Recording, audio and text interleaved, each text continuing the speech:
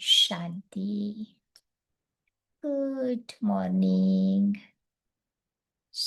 आज बाबा हम बच्चों को व्यर्थ संकल्पों से मुक्त होने की युक्ति बताते हैं, क्योंकि कभी कभी ब्राह्मण जीवन में संकल्प विकल्पों का तूफान चलता है, और यही तूफान हमारा बाबा के साथ का संबंध तोड़ देता है। बाबा से हम थोड़े दूर हो जाते हैं, योग हमारा अच्छा नहीं लगता, और जो बाबा से करंट आत्मा रूपी बैटरी में पास होना चाहिए वो नहीं होता है। फिर बाबा कहते हैं आत्मा के अंदर कमजोरी आ जाती है, उमंग उत्साह चला जाता है, आगे बढ़ नहीं पाते हैं। तो बाबा कहते ये हमारे वेस्ट थॉट, व्यर्थ संकल्प, उससे फ्री होने के लिए हम क्या करें। पहले तो देखते हैं कि ये व्यर्थ संकल्प है क्या। तो एक बार बाबा ने कहा था कि हमारे ये व्यर्थ संकल्प हमारे जीवन में लीकेज का काम करते हैं। देखो घर में भी कहाँ पानी टपकता रहे, अच्छा नहीं लगता है ना। हम क्या करते हैं, प्लम्बर को बुलाएंगे, जल्दी से वो जहां पर भी लीकेज है उसको ठीक करवा देंगे, नहीं तो हमारी टाइम एनर्जी वेस्ट उसमें चली जाती है। तो ऐसे ही चाहे कितना भी सवेरे सवेरे बाबा का ज्ञान सुने, लेकिन हमारे बुद्धि रूपी पात्र में थोड़ा सा छेद होगा, लीकेज होगा, तो क्या होगा, थोड़े टाइम में ही जो ज्ञान सुना वो बह जाएगा ना। इसीलिए बाबा कहते हैं कि ये व्यर्थ संकल्पों को हमें लीकेज समझकर जल्दी से उसको ठीक कर लेना है। क्योंकि क्या होता है कि लीकेज हमारी आंतरिक शक्तियों को खत्म कर देता है, या फिर बाबा कहते हैं हमारा योग बाबा के साथ नहीं लगने देता है। तो वो कारण हमें ढूंढना होगा कि किस कारण से मेरा ये लीकेज वाला काम चल रहा है, और उस कारण को जानकर उसका मुझे निवारण करना है।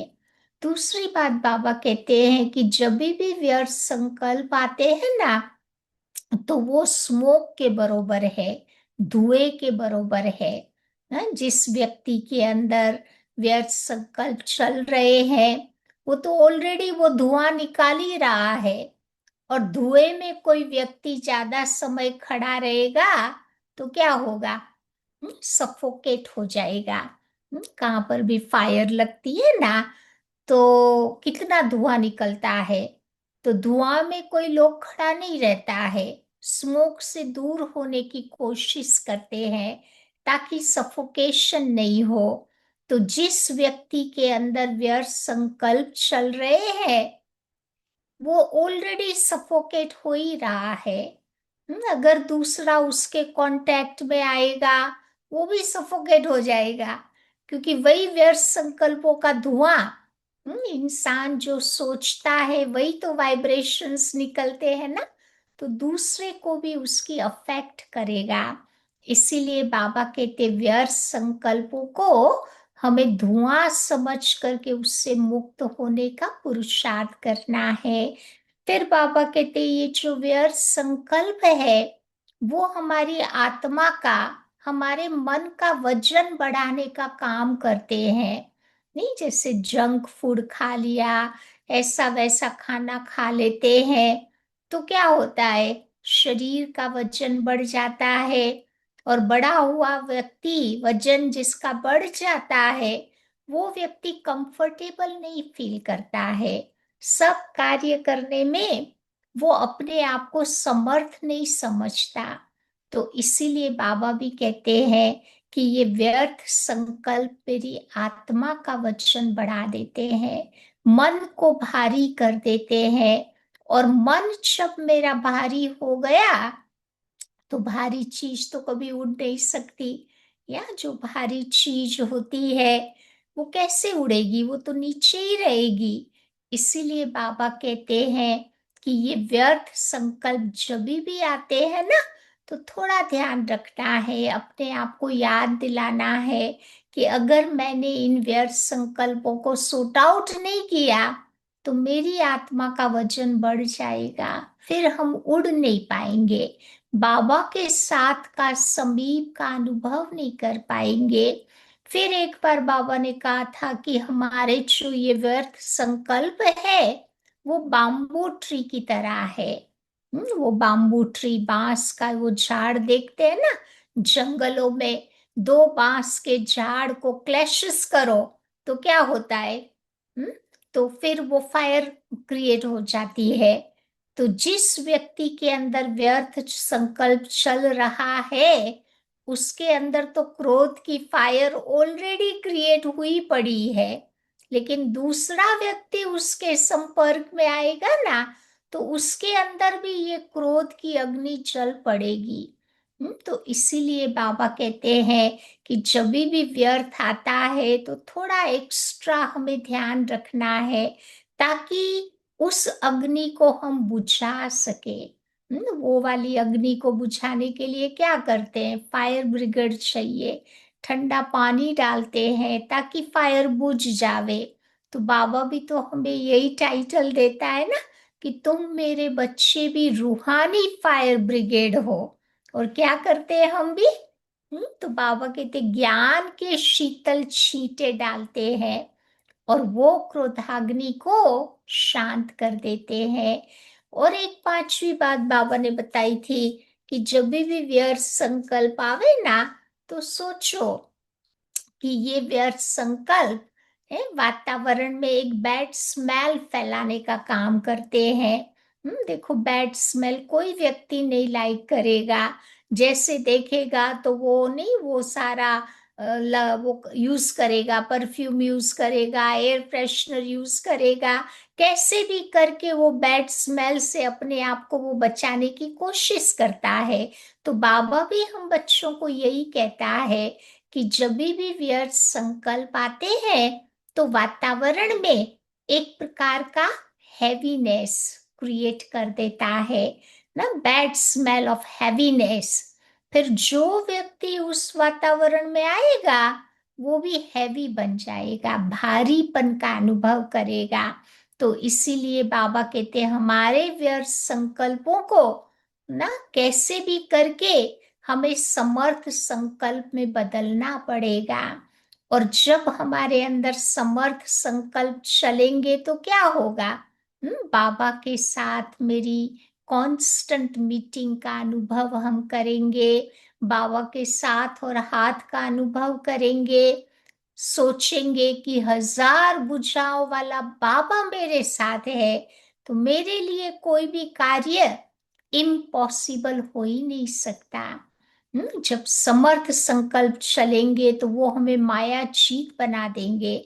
छोटी छोटी माया की जो भी परीक्षाएं हमारे सामने आती है हम उसको आसानी से पार कर लेंगे। समर्थ संकल्प करने से ही हम बाबा के इजीली सेवाधारी बन जाएंगे। अकॉर्डिंग टू बाबा की श्रीमत के अनुसार हमारा काम होगा, मन मत पर मत की माया से हम फ्री रहेंगे। या फिर बाबा कहते समर्थ संकल्प के आधार से हमारा कहना और करना दोनों इक्वल बन जाएगा। या कभी कुछ सोचते कुछ और है, बोलते कुछ और है, करते ऑल टुगेदर डिफरेंट है। नहीं तो अब देखो जिनके अंदर में ही हार्मनी नहीं है तो बाहर में कैसे वो हार्मनी आएगी? या तो बाबा कहते समर्थ संकल्प से हमारे भीतर हार्मनी आएगी, मन बुद्धि संस्कारों में वो हार्मनी आएगी तो फिर हमारे जीवन में वो दिखाई देगी। फिर बाबा कहते समर्थ संकल्प से ही हम बाबा को इस दुनिया में प्रत्यक्ष कर पाएंगे। क्योंकि आजकल के लोग देखना चाहते हैं कि ये लोग ज्ञान तो बहुत सुनाते हैं लेकिन प्रैक्टिकल में वो ज्ञान है या नहीं। वो प्रैक्टिकल अनुभव करना चाहते हैं, तो वो अनुभव तब होगा जब बाबा कहते हैं कि वो ज्ञान हमारे जीवन में आएगा। फिर बाबा कहते हैं कि समर्थ संकल्प चलेंगे, तो बाबा कहते हैं हम अपने जीवन में एवर हैप्पी रह सकेंगे, क्योंकि सोर्स ऑफ हैप्पीनेस के साथ हमारा संबंध है ना, वो हमें अपने जीवन में हैप्पी बना देगा। तो आज बाबा व्यर्थ संकल्पों के पर हमारा ध्यान खिंचवा रहे हैं। इसका महत्व समझ करके कभी भी व्यर्थ संकल्प आएंगे जरूर, लेकिन बाबा कहते उससे मुझे मुक्त होने का पुरुषार्थ करना है। तो आइए सुनते हैं आज की बाबा की 28 मई की मुरली।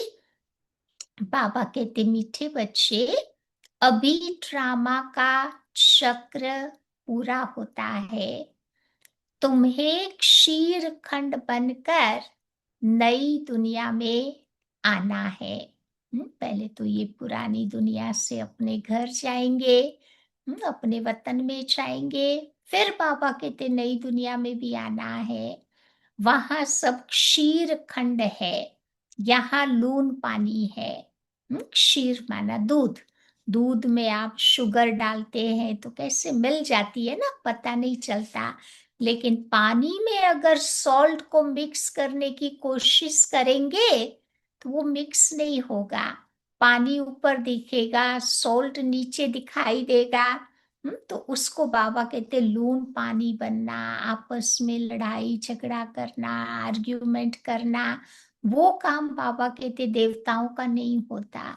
हम देवता बनने वाले हैं तो हमें क्षीर खंड हिल मिल करके, हिल मिल जुल करके रहना है। प्रश्न, तुम त्रिनेत्री बच्चे किस नॉलेज को जानकर त्रिकालदर्शी बन गए हो? कौन सी नॉलेज बाबा ने इस समय हमें दी है? तो बाबा ने गीत में सुना ना, तुम्हें अभी सारे वर्ल्ड की हिस्ट्री जियोग्राफी की नॉलेज मिली है। शुरू से लेकर के अंत तक पूरा ज्ञान बाबा ने दे दिया है। सतयुग से लेकर कलयुग अंत तक की हिस्ट्री जियोग्राफी को तुम बच्चे जानते हो। तुम्हें ज्ञान का अभी तीसरा नेत्र मिला है कि आत्मा एक शरीर छोड़ दूसरा लेती है, संस्कार है आत्मा के अंदर। तो अब बाबा कहते हैं कि बच्चे नाम रूप से न्यारा बनो, अपने को आत्मा अशरीरी बनो। क्योंकि जब धरती पर आए थे ना, तो ऐसे ही आत्मा अशरीरी आई थी, अब फिर जाने का टाइम हो गया है। तो बाबा कहते बार बार अभ्यास करके आत्माभिमानी बनो, अशरीरी बन जाओ। आज की मुरली का गीत है, धीरज धर मनुआ, धीरज धर, तेरे सुख के भरे दिन आएंगे। अब हमारी दुनिया बाबा कहते बहुत दूर नहीं है। ओम शांति। तो कल्प कल्प बच्चों को कहा जाता है और बच्चे ही जानते हैं, दिल भी होती है कि जल्दी जल्दी सतयुग हो जावे तो फिर हम इस दुख से छूट जाए। परंतु बाबा कहते हैं कि बच्चे ये ड्रामा बहुत धीरे धीरे चलने वाला है, हम कितनी भी जल्दी करें, लेकिन बाबा कहते हैं ड्रामा अनुसार ही तो सब कुछ होता है ना। तो बाबा अब तुम बच्चों को धीरज देते हैं कि बाकी थोड़े रोज बचे हैं, बड़ों बड़ों द्वारा भी आवाज सुनते रहेंगे कि दुनिया बदलनी है। आजकल दुनिया में कितने लोग हैं जो प्रिडिक्शन करते ही रहते हैं कि अब विनाश होने वाला है, नई दुनिया आने वाली है, कल की अवतार जो फाइनल इनकारनेशन भगवान का था ना, वो भी आ चुका है। तो बहुत सारी बातें आज दुनिया वाले बताते हैं।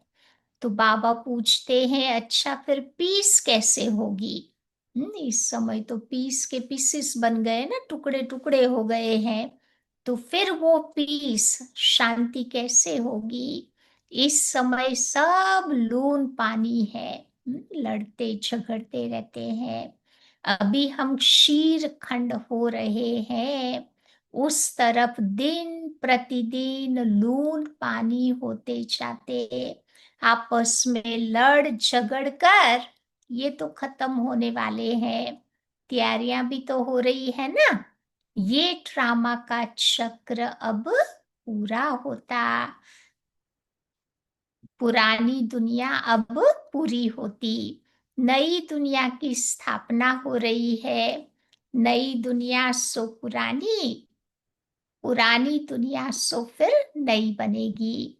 इसको दुनिया का चक्र कहा जाता, जो चक्र तिरता ही रहता।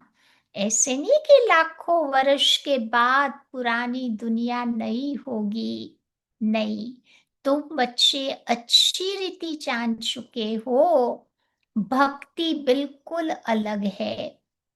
भक्ति का कनेक्शन है, किसके साथ भक्ति का कनेक्शन है? तो बाबा कहते उसका कनेक्शन है रावण के साथ, और ज्ञान का कनेक्शन है राम के साथ। ये तुम बच्चे अभी समझ रहे हो। अभी बाप को भी बुलाते हैं कि हे पतित पावन आओ, आकर नई दुनिया स्थापन करो। अब नई दुनिया में तो जरूर सुख होता। अब बच्चे छोटे अथवा बड़े सब जान गए हैं, चाहे बाबा के नए बच्चे हैं या छोटे बच्चे हैं, क्या जान गए हैं? कि अब हमें वापस घर चलना है, क्योंकि ये नाटक अब पूरा होता। हम फिर से सतयुग में जाएंगे, फिर तुम्हें 84 जन्मों का चक्कर लगाना है। स्व आत्मा को दर्शन होता है सृष्टि चक्र का, अर्थात आत्मा को ही तुम देखो तो तीसरा नेत्र मिलता है। उसको कहा जाता है, जिसको तीसरा नेत्र मिलता उसको क्या कहेंगे? त्रिनेत्री। तो अभी तुम त्रिनेत्री हो, और सभी मनुष्य को ये स्थूल नेत्र है। ज्ञान का नेत्र कोई के भी पास अभी है नहीं। त्रिनेत्री बने तब, कब त्रिनेत्री बन सकते हैं? उसके पहले क्या बनना पड़े? तो बाबा कहते उसके पहले बनना पड़े त्रिकालदर्शी। यानी तीनों कालों का ज्ञान जो बाबा हम बच्चों को देते हैं ना, तो पहले त्रिकालदर्शी बनेंगे, तो फिर ज्ञान को समझ पाएंगे, त्रिनेत्री बनेंगे। अभी तुम त्रिनेत्री हो, और सभी मनुष्यों को ये स्थूल नेत्र है, परंतु ज्ञान का नेत्र कोई के पास नहीं है। स्थूल नेत्र सभी के पास है, परंतु ज्ञान का नेत्र कोई के पास नहीं। आत्मा ही एक शरीर छोड़ दूसरा लेती है, तो संस्कार देखो आत्मा में ही रहते हैं। आत्मा अविनाशी है। अब बाबा कहते हैं कि बच्चे नाम रूप से न्यारे बन जाओ, अपने को अशरीरी समझो, देह नहीं समझो। ये भी तुम जानते हो कि हम आधा कल्प से परमात्मा को याद करते आए हैं। इसमें भी जब जास्ती दुख होता तो परमात्मा को जास्ती याद करते। कहते ना, दुख में सुमिरन सब करे, सुख में करे न कोई। जो सुख में सुमिरन करे तो दुख काहे को होए। तो देखो सतयुग त्रेता में हमने बाबा को जरा भी याद नहीं किया। तो द्वापर कलयुग आया, तो अभी बहुत याद करते हैं ना। अभी कितना दुख है, आगे इतना दुख नहीं था।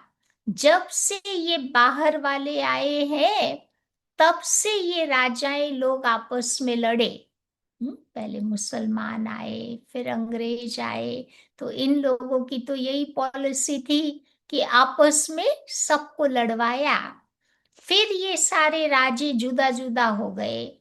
लेकिन सतयुग में ऐसा नहीं होता, एक ही राज्य था। अभी हम सतयुग से लेकर कलयुग अंत तक हिस्ट्री जियोग्राफी समझ रहे हैं। सतयुग त्रेता में एक ही राज्य था। ऐसे एक ही डिनेस्टी तुम देखो कोई की नहीं होती। क्रिश्चियंस भी देखो, फूट उसमें भी पड़ी हुई है। वहां तो सारा विश्व तुम देखो एक के हाथ में रहता। कहाँ? सतयुग में लक्ष्मी नारायण के हाथ में होगा। बाबा कहते सतयुग त्रेता में ही ये चीज होती। तो ये बेहद की हिस्ट्री जियोग्राफी अभी तुम बच्चों की बुद्धि में है। और कोई सत्संग में हिस्ट्री जियोग्राफी अक्षर नहीं सुनेंगे। दुनिया में जो साधु संत सत्संग कराते हैं ना, उसमें बाबा कहते ये शब्द नहीं सुनेंगे, हिस्ट्री जियोग्राफी।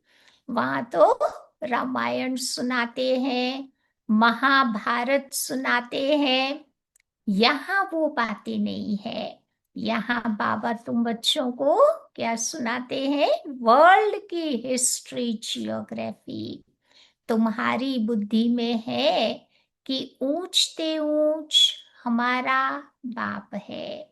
बाप का शुक्रिया है जिसने सारा ज्ञान आकर हमें सुनाया। एक आत्माओं का झाड़ होता, दूसरा है मनुष्यों का झाड़। आत्मा का झाड़ परम धाम में देखा है ना। कैसे सिस्टमेटिकली आत्माएं अपने घर में बैठी हुई है। फिर बाबा कहते दूसरा है मनुष्यों का झाड़, जो यहाँ साकारी दुनिया में होता है। मनुष्यों के झाड़ के ऊपर में कौन है? Great great grand father Brahma को करो, विजुलाइज करो, एकदम ऊपर में ब्रह्मा बाबा खड़े हैं। तो ये जानते हैं कि ब्रह्मा मुख्य है, परंतु ब्रह्मा के पीछे क्या हिस्ट्री जियोग्राफी है ये नहीं जानते।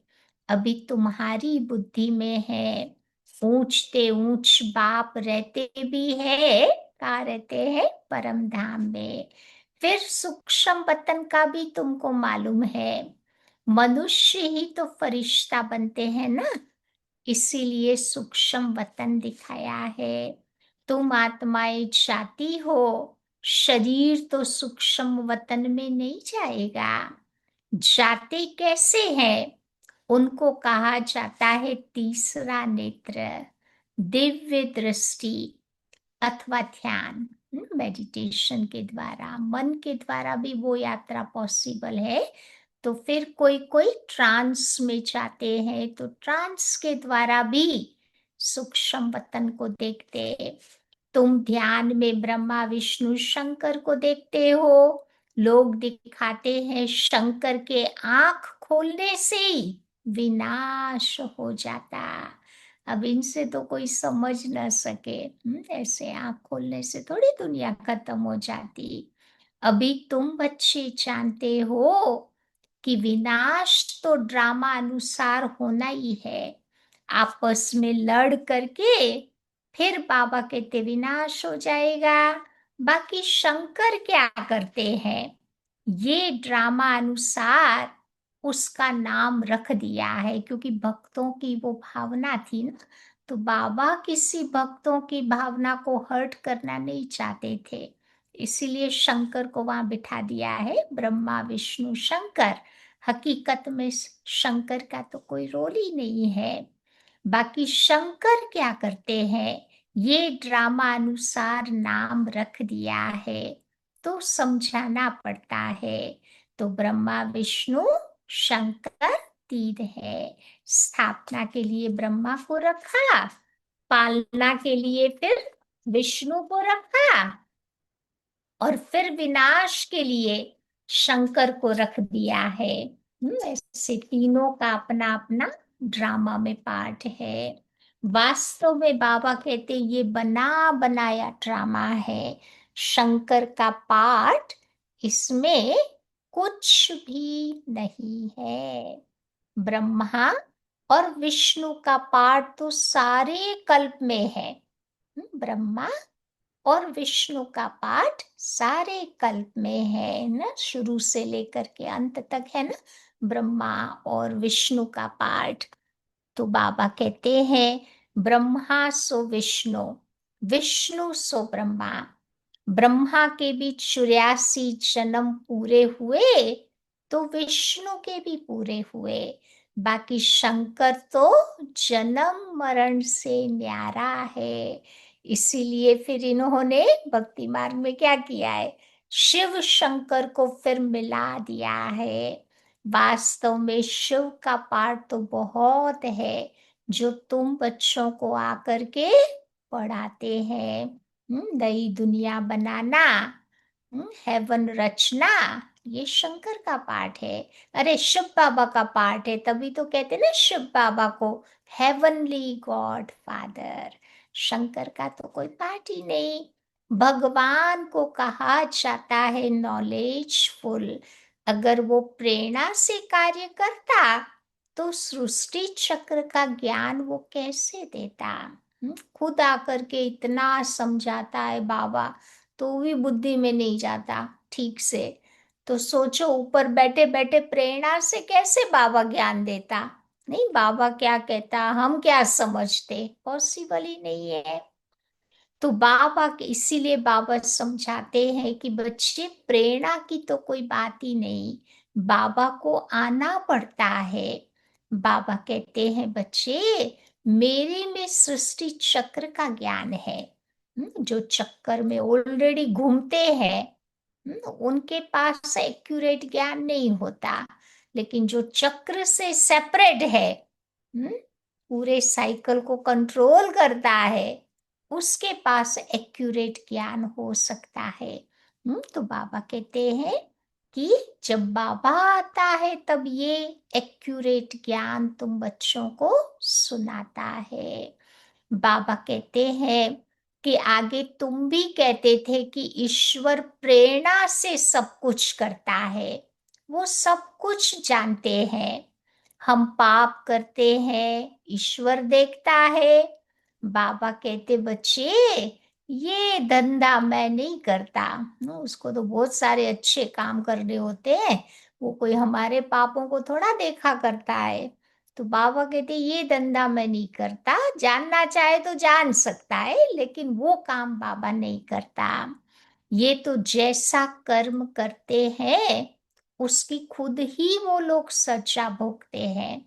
कई बार भगवान को दोष देते हैं ना कि भगवान ही सुख देता दुख देता, लेकिन बाबा कहते हैं उनके कर्म उनको सुख दुख देते हैं।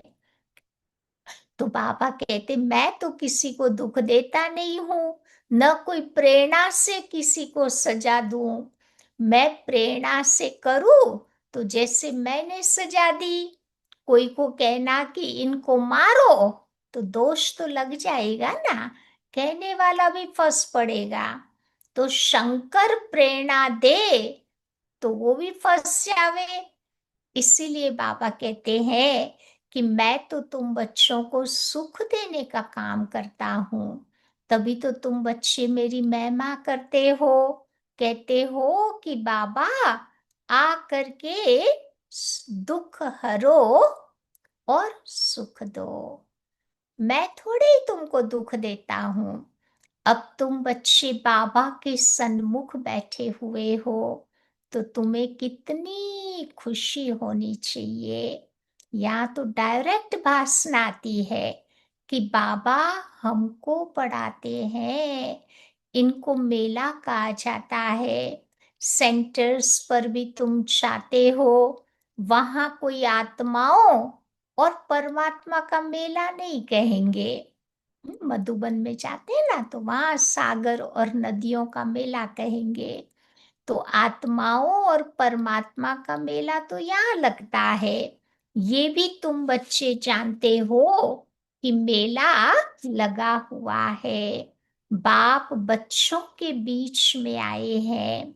आत्माएं भी देखो सब यहाँ पर है। आत्मा ही याद करती है कि बाबा आए।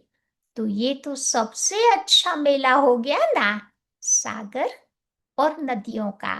कितना बढ़िया मेला हो गया। तो बाबा बच्चों के पास आए हुए हैं।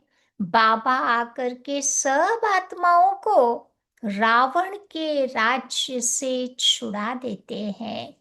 तो ये मेला तो कितना अच्छा हुआ, जिससे मनुष्य पारस बुद्धि बन जाते हैं।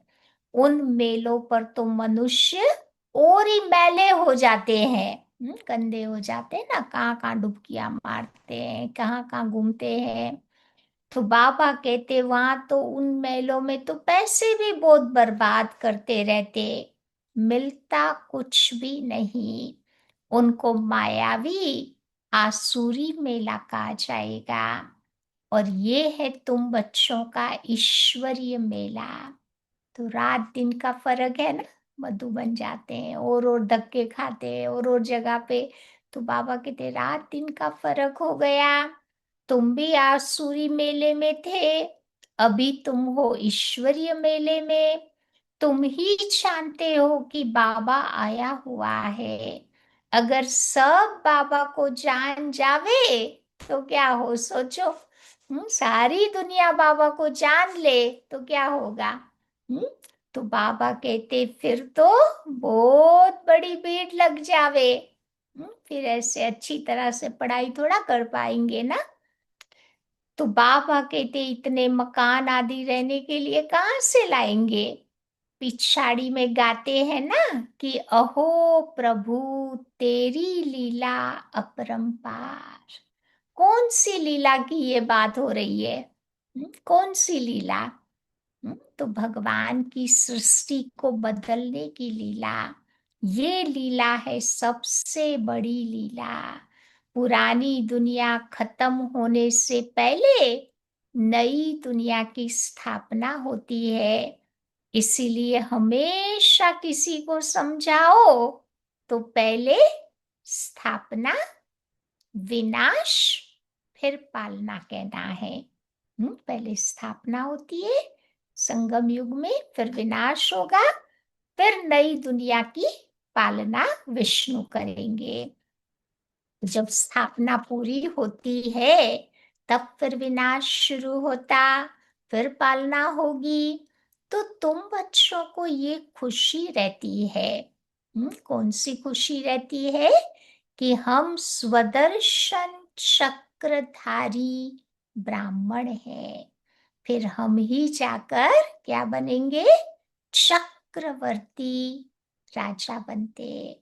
ये कोई को पता नहीं इन देवताओं का राज्य कहाँ चला गया, नाम निशानी गुम हो गया।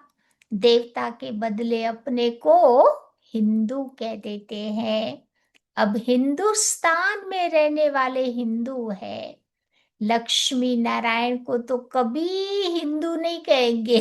वो तो स्वर्ग में रहने वाले देवी देवता थे ना। तो हमारा जीवन भी पहले देवी देवता जैसा ही था। फिर बाबा कहते हैं बाद में हमारे में देवी देवता जैसे कोई लक्षण नहीं रहे तो फिर अपने को कह दिया हिंदू। तो बाबा कहते उनको तो देवता कहा जाता। तो अब इस मेले में ड्रामा अनुसार तुम बच्चे आए हो। तो ये भी ड्रामा में नूंद है ना। धीरे धीरे तुम्हारी वृद्धि होती रहेगी। तुम्हारा जो कुछ पाठ अभी चल रहा है कल के बाद फिर चलेगा। तो ये चक्र फिरता रहता है। फिर रावण राज्य में आसुरी पालना होगी। अभी तुम ईश्वरीय बच्चे बने हो, फिर सतयुग में कहलाएंगे क्या कहलाएंगे? दैवी बच्चे। फिर त्रेता आते आते क्षत्रिय बनेंगे। तुम जो अपवित्र प्रवृत्ति वाले बन गए थे, सो फिर पवित्र प्रवृत्ति वाले बनते हो। है तो ये भी दैवी गुण वाले मनुष्य ना। बाकी इतनी भुजाएं आदि दे दी है, वो नहीं होता ना। देवियों को भी 8 भुजाएं दे दी है, अष्टभुजाधारी कहते हैं। ब्रह्मा को भी हजारों भुजाएं दे दी है। तो ये बाबा कहते हैं शक्ति का प्रतीक है। कोई हकीकत में इतनी भुजा वाला व्यक्ति है, देखने में भी अच्छा नहीं लगे ना। तो बाबा कहते हैं महालक्ष्मी की पूजा करते हैं, जगत अम्बा से कभी धन नहीं मांगते। धन चाहिए तो महालक्ष्मी के पास से आते। धन जास्ती मिल गया तो कहेंगे कि लक्ष्मी की हमने पूजा की, इसीलिए उसने हमारे भंडारे भर दिए। यहाँ तो तुम जगत अम्बा से पा रहे हो परम पिता परमात्मा शिव द्वारा। तो देने वाला तो वही है। तुम बच्चे बाप दादा से भी लकी हो। देखो जगत अम्बा का कितना बड़ा मेला लगता, ब्रह्मा का इतना नहीं लगता। क्योंकि ब्रह्मा सतयुगी देवता नहीं थे, वो इसी कलयुगी दुनिया का वो व्यक्ति था। तभी तो उसको दाढ़ी मूछ दिखाते हैं, उम्र वाला शरीर दिखाते हैं। ये कलयुग की निशानी। बाकी कोई देवी देवताओं को बूढ़ा नहीं दिखाएंगे या दाढ़ी वाला नहीं दिखाएंगे। तो ब्रह्मा को तो यहाँ एक जगह बिठा दिया है। अजमेर में एक बड़ा मंदिर है, पुष्कर जी कहते हैं ना, वहां ब्रह्मा की एक यादगार है। दूसरी गुजरात में खेड़ ब्रह्मा, बस 2 ही जगह उसकी यादगार है। बाकी देवियों के तो बहुत मंदिर है। क्योंकि इस समय तुम देवियों की कितनी महिमा है।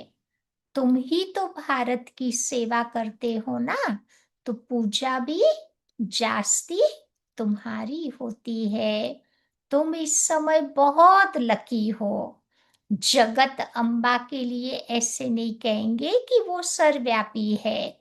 महिमा वास्तव में तुम्हारी होती है। ब्रह्मा विष्णु शंकर को भी सर्वव्यापी नहीं कहते, परंतु मुझे कण कण में सब जगह कहकर कितनी ग्लानि करते हैं। अब तुम्हारी मैं कितनी महिमा बढ़ाता हूँ। बाबा हमारी कितनी महिमा बढ़ाता है। भारत माता की जय कहते हैं ना, तो भारत माता तो तुम ही हो। धरनी को नहीं कहते हैं। वो जो महिमा कहते हैं ना, वंदे मातरम, तो वो भारत में रहने वाली माताओं की वो महिमा है, जिन माताओं ने भगवान के कार्य में अपना सहयोग दिया। तो बाबा कहते हैं सतयुग में तो सतो प्रधान हो जाते हैं। इसीलिए कहते हैं देवताओं के पैर पतित दुनिया में नहीं आते। कलयुग में देवी देवताओं के पांव नहीं पड़ सकते। जब सतो प्रधान धरनी होती है, तब देवताएं आते हैं। अभी तुमको सतो प्रधान बनना है। श्रीमत पर चलते बाबा को याद करते रहेंगे तो ऊंच पद पाएंगे। और आत्मा में जो खाद पड़ी हुई है, वो धीरे धीरे निकलती जाएगी। तो बाबा बच्चों के साथ रूहान करते हैं, बच्चों को बैठ बहलाते हैं।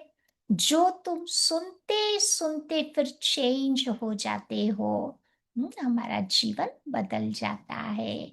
मनुष्य से देवता बन जाते हो। वहां तो हीरे जवाहरातों के महल होंगे। स्वर्ग तो फिर क्या, वहां के सुबी रस आदि भी तुम पी करके आते हो। सोम रस कहते ना, देवताएं अमृत पीते हैं, सोम रस। वहां के फल ही इतने बड़े बड़े होते हैं। बाबा ने बोला था ना, खाने के फल अलग होंगे, पीने के फल अलग होंगे। जैसे यहाँ कोकोनट वाटर पीते हैं ना, लेकिन कितनी मेहनत है उस कोकोनट से वाटर निकालना, इजी नहीं है। वहां तो थोड़ा सा दबाया, बाबा कहते हैं पीने का जूस निकल आएगा। तो बाबा कह रहे हैं कि ये है आत्मा परमात्मा का मेला। इस मेले से ही तुम उज्जवल बनते हो। तुम बच्चे जब यहाँ आते हो तो फ्री हो, घर बार धंधे आदि का कोई फुरना नहीं है। मधु बन जाते हैं ना, कोई चिंता नहीं होती। न खाना बनाने की चिंता, न सफाई की चिंता, न धुलाई की चिंता। तो कितना फ्री होता है, फिर भी इतने बिजी होते हैं, बात मत पूछो। है, इधर उधर दौड़ते ही रहते हैं, सुबह से शुरू करते हैं रात तक। सारे क्लासेस करो तो ना। तो बाबा कहते तुम बच्चे यहाँ आते हो तो फ्री हो, घर बार धंधे आदि का कोई फुरना नहीं, कोई चिंता नहीं। तो यहाँ तुमको याद की यात्रा में रहने का बहुत अच्छा चांस है। वहां तो घर घाट आदि कितना याद आता रहता, यहाँ तो कुछ भी नहीं है। रात को 2 बजे उठकर यहाँ बैठ जाओ। बाबा के कमरे में चले जाओ, छत पर चले जाओ। सेंटर्स पर तो रात को तो तुम जा नहीं सकते। रात को सेफ नहीं होता है ना कई जगह पे। लेकिन यहाँ तो बड़ा सहज है। शिव बाबा की याद में आकर बैठ जाओ, और कोई याद न आवे। यहाँ तुमको मदद भी मिलेगी। रात को जल्दी सो जाओ और फिर सवेरे उठ जाओ। 3 से 5 बजे तक आकर के बैठ जाओ। बाबा भी आ जाएंगे, बच्चे भी खुश होंगे। तो बाबा है तुम्हारा योग सिखलाने वाला, ये भी सीखने वाले हैं ना। तो दोनों बाप और दादा आ जाएंगे। फिर यहाँ और वहाँ योग में बैठने के फर्क का मालूम पड़ जाएगा। अपने अपने स्थान पर थोड़ी और मेहनत करनी पड़ती है ना। मधुबन में गए तो ऑलरेडी पावरफुल वाइब्रेशंस है, तो योग बाबा कहते बहुत अच्छा होता है। अब देखें कि बच्चे उठ सकते हैं या नहीं। कईयों को सवेरे सवेरे उठने का अच्छा अभ्यास है। तुम्हारा संन्यास है 5 विकारों का, और वैराग्य है सारी पुरानी दुनिया से। अच्छा, मीठे मीठे सिक्की लधे बच्चों प्रति मात पिता बाप दादा का याद प्यार और गुड मॉर्निंग। रूहानी बाप की रूहानी बच्चों को नमस्ते, और रूहानी बच्चों की रूहानी बाप को याद प्यार और नमस्ते। धारणा की बात, पहली पॉइंट बाबा कहते हैं अभी सृष्टि बदलने की लीला चल रही है, इसीलिए स्वयं को बदलना है। क्षीर खंड होकर के रहना है। दूसरी बात, सवेरे उठकर एक बाबा की याद में बैठना है। उस समय और कोई भी याद न आवे। पुरानी दुनिया से बेहद का वैरागी बन 5 विकारों का संन्यास करना है। आज का वरदान है बेहद की स्थिति में स्थित रहकर सेवा के लगाव से न्यारे और प्यारे विश्व सेवाधारी भव। विश्व सेवाधारी अर्थात बेहद की स्थिति में स्थित रहने वाले, भाई भाई की दृष्टि वाले, सब कुछ बेहद, हद नहीं। ऐसे सेवाधारी सेवा करते हुए भी न्यारे और सदा बाप के प्यारे रहते हैं, सेवा के लगाव में भी नहीं आते, क्योंकि सेवा का लगाव भी एक सोने की जंजीर है। सोने की जंजीर कहाँ पड़ती है? गले में। लोहे की तो हाथ में डालते हैं ना, पाँव में पड़ती है, ये गले में पड़ती है।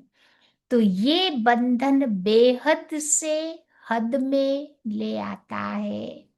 इसीलिए देह की स्मृति ईश्वरीय संबंध से, सेवा के साधनों के लगाव से न्यारे और बाप के प्यारे बनो, तो विश्व सेवाधारी का वरदान प्राप्त हो जाएगा और सदा सफलता मिलती रहेगी।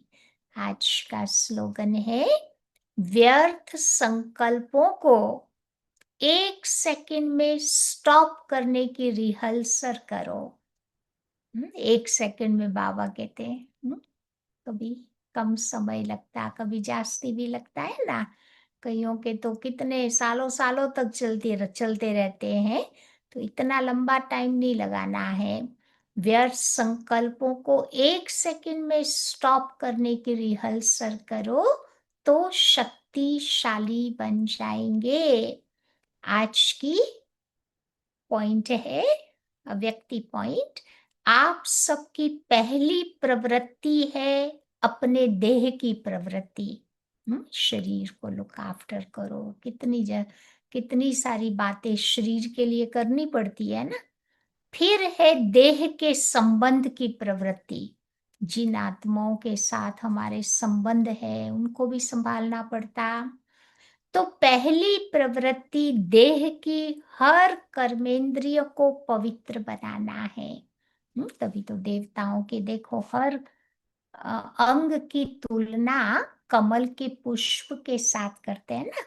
हस्त कमल, नैन कमल, मुख कमल, चरण कमल, अंग अंग में वो पवित्रता थी।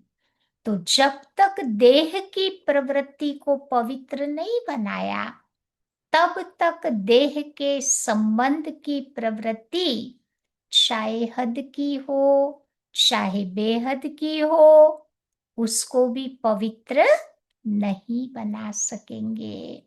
तो पहले अपने आप से पूछो कि अपने शरीर रूपी घर को, अपने शरीर रूपी घर को, अर्थात अपने संकल्पों को, बुद्धि को, नयनों को और मुख को पवित्र बनाया है।